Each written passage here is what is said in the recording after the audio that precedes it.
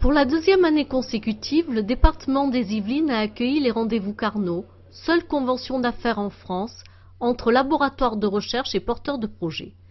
Les Yvelines renforcent ainsi leur positionnement comme territoire pionnier dans la recherche et le développement. La R&D emploie près de 28 000 personnes et le Conseil général joue un rôle actif pour aider la recherche. On les aide de deux façons. Une façon qui est bien connue, c'est dans le cadre des pôles de compétitivité, qui sont des consortiums qui réunissent des laboratoires, des grands groupes, des petites entreprises.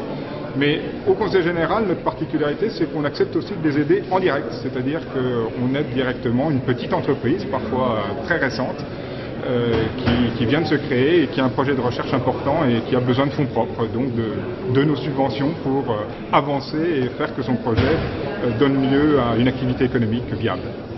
Lors de ces rendez-vous Carnot, près de 4 500 rencontres d'affaires entre chercheurs, entrepreneurs et collectivités territoriales ont eu lieu, des rendez-vous indispensables. Je viens à chaque fois parce qu'il y a des contacts avec les centres de recherche et il y a la possibilité de rencontrer aussi des PME qui sont là pour faire de l'innovation. Donc en ce moment, effectivement, en France, on a une crise.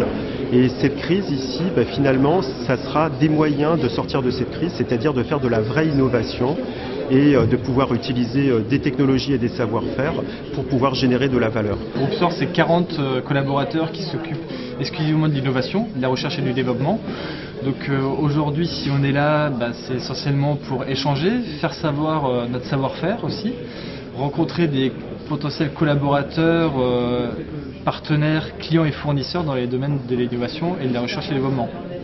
On a monté un gros projet de centre d'analyse, de spectroscopie, ce qu'on appelle le photoélectron, qui est destiné à faire de l'analyse chimique sur des surfaces, des interfaces.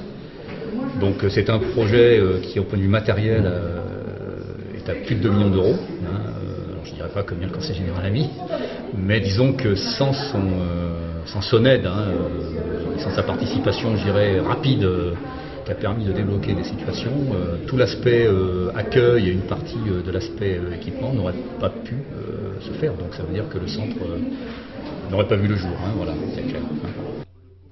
À la fin 2008, près de 19 millions d'euros ont été investis par les Yvelines dans 57 projets yvelinois.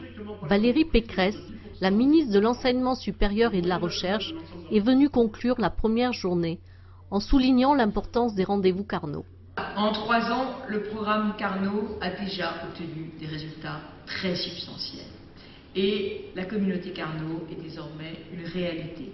Je crois qu'il constitue un outil très puissant au service du pays et de la relance de son économie. À vous maintenant de le conforter encore davantage, de le professionnaliser encore davantage, afin de dépasser désormais vos grands homologues européens, tout en gardant ce qui fait votre spécificité, c'est-à-dire votre ancrage local fort.